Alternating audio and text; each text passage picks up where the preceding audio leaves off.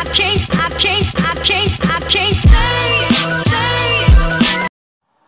guys, so pasensya sa itsura ko. Tulog yung kapatid ko. Papakita ko sa inyo. Itong box na yan, wala pa to sa kalahati ng collection na ang tawag doon, yung libro ng daddy ko. So yan. Kaya kung makikita nyo ito, yung mga nobela na yan, sa kapatid ko yan, sa kanya yan. Plus itong Harry Potter. Yan, Harry Potter laman ito sa kapatid ko yan. Tapos itong book na to, nandito sa kahon. Sa daddy ko naman to. About kay, yan, kay Tidal Ramos. Ang kakapal to. Yan, tas sa ilalim, Reader's Digest ulit. About sa pagluluto. Yan. Tapos, Maria Rosa Henson, Comfort Woman, Slave of Destiny. And, yan. Ito yung sinasabi ko sa inyo. Yung daddy ko, pagka bumibili ng book, merong pirma. Kasi minsan, merong hindi mo masabi, diba? May nangihiram, tapos aangkinin na lang. Ayan. Ang dami nito, guys. So, yung iba, nangat-ngat na ng daga. Ito pa. Financial Executive Institute of the Philippines, An Introduction to that Stock Market and Investment. Yan. Tapos ito, dala ng pagkaluma. Yan. So, pag nakalipat kami, etong makapal na to, Nobel yata to eh. Oo, tama. Nobel siya. So, yun. Iaano ko to, babalutan ko. Yan. So, yun, tumatagak. Pero, syempre, iaano ko to. Iti-tape ko. Tapos, ayan, sa kapatid ko yan. So, yun. Ito na yung i-empakoy ko. Dadalhin ko na to.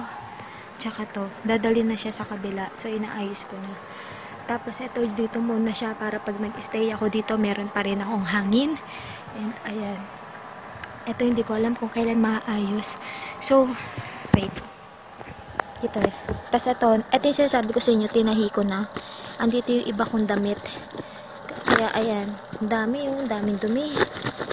So, yun. Andito siya. Ayan nakatahi. Ito yung zipper.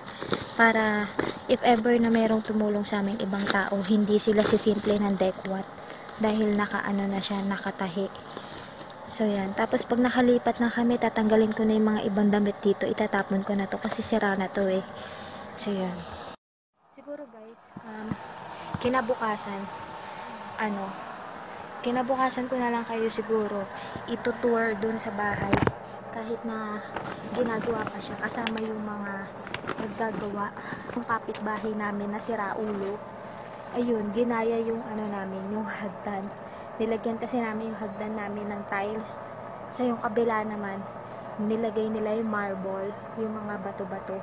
So yun, tapos panay yung silip nila sa bahay namin. Tapos sasabihin nila, ay pareho tayo, ganyan din yung lababo, ganyan din yung sahig ko, ganyan yung sa banyo ko.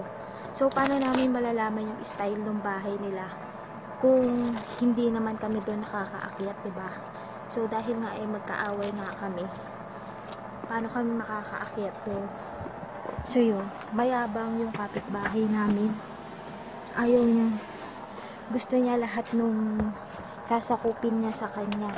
So yun, hindi naman pumayag si na daddy kasi kasama yun sa binayaran sa titulo. So nakasulat sa titulo kung hanggang ilang hectares yung namin, yung bahay. So yun nga yung sinasabi ko sa inyo, yung wall namin sinakop na magkabilang kapitbahay, plus ito pang katabi namin gumawa ng terrace, sinakop nga yung yung mismong pader na ng bahay namin sa labas. So yun yung mga pinaglalaban ngayon. Kaya ayan, sila, nagkabaranggayan.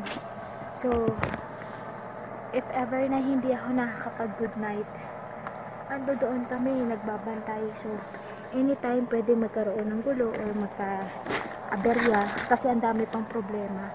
Tapos ito, nakita ko na naman yung mga ibibigay ko. Yan, tapos ito yung sapatos ko, yung mga plastic naka-ready na. Tapos ayun, yung una nakabalot na, tsaka yan, tsaka to. Lahat ng nasa kama ko, ayan, mga nakabalot na yan. Tapos yung mga nandito, ayan, nawala na din. Yung nandoon, nawala na rin. Nandun na siya sa kabila. And ito, yung mga damit ko dyan, nabawasan na.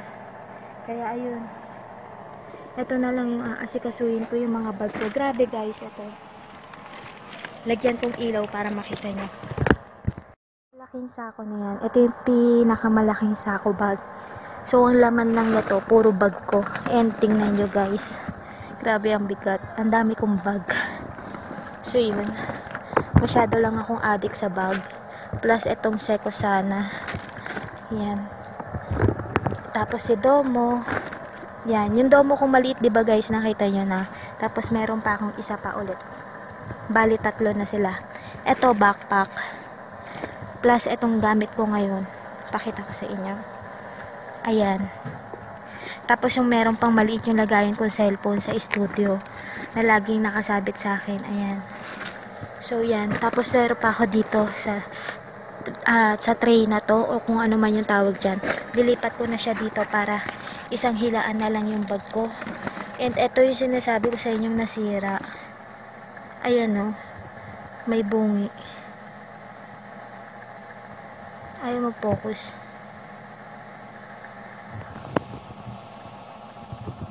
Yan.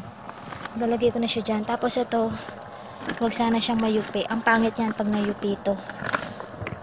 Tapos ito yung naregalo ng girlfriend ni ating kay mama. Lagay ko na rin dyan. Yan. Tapos ito yung bigay sa akin sa Parañaque. Yan. Dito na rin. To, mga bag na to, kakailanganin namin to. Yan, tatabi na to dyan. Halos lahat dito sa kama ko nakatambak. Tapos ito, nag-upload na ako sa YouTube. Yan, dami kong gamit. Tapos ito, oh, yung dating tigte 35 sa Divisoria. Tapos ngayon, yung ibang denim na bag, 100 pesos na siya. Hindi na siya ganito na 35. Ito, pinakaluma akong bag eh.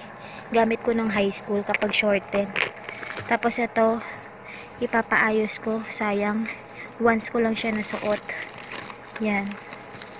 Tapos yung mga ibibigay ko, ito sama ko na rin tong bag na to. Ibibigay ko na to kasi hindi ako pwedeng bumiyahe ng ganito oh, naka-open. May tatak siya. Ito siya yung brand niya. Ayan, IPSA. Yan, bibigay ko to sa tita ko, yung nandito. So, yun. So, kahit na pinupunteriya nila yung trolley ko, syempre, sa kanila ko pa rin binibigay yung gamit ko. So, yun. Sana wag nilang kunin yun dahil magagalit na talaga ako. So, yan. So, yun, mag-i-empake na ako. Mamaya na lang. I can't stay.